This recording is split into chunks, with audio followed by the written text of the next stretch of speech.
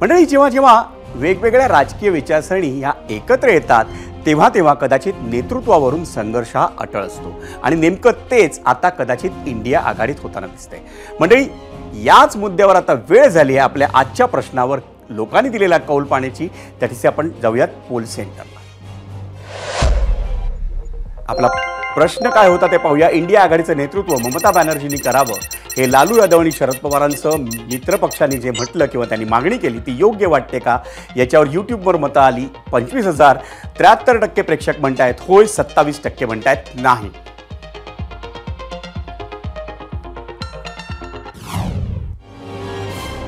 मंडळी, लोकसभा निवडणुकीआधी मोदी विरोधकांनी Indian national developmental inclusive alliance म्हणजे इंडिया आघाडीची स्थापना केली होती।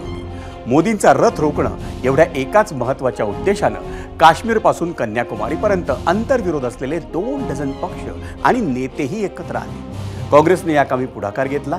या आघाडीत सगळेच नेते हे बडे आणि दिग्गज आहेत, किंबहुना आधी होतेही। या नेत्यांना मोठी महत्त्वाकांक्षा आहे, त्या सगळ्यांनाच दिल्लीच्या तख्ताची आस आहे। त्यामुळे सुरुवातीपासूनच इंडिया आघाडीत भरपूर कुरबुरी, नाराजी, रुसवे फुगवे होतेच।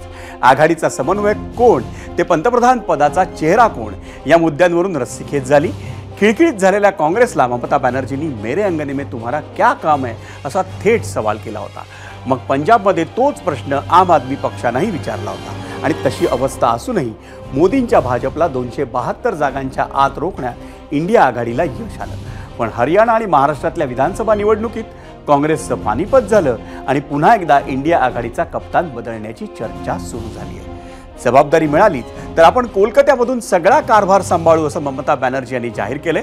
पुढची 5 वर्ष केंद्रात सत्ता नाही, महत्त्वाच्या राज्यांमध्येही सत्ता नाही, अशा स्थितीत इंडिया आघाडीतील सर्व नेत्यांना एकत्र ठेवणं हे महाकठीण काम आहे। अशावेळी हे लोडनं गळ्यात टाकून घेणं ममता दिदींसाठी फायद्याचं राहील का?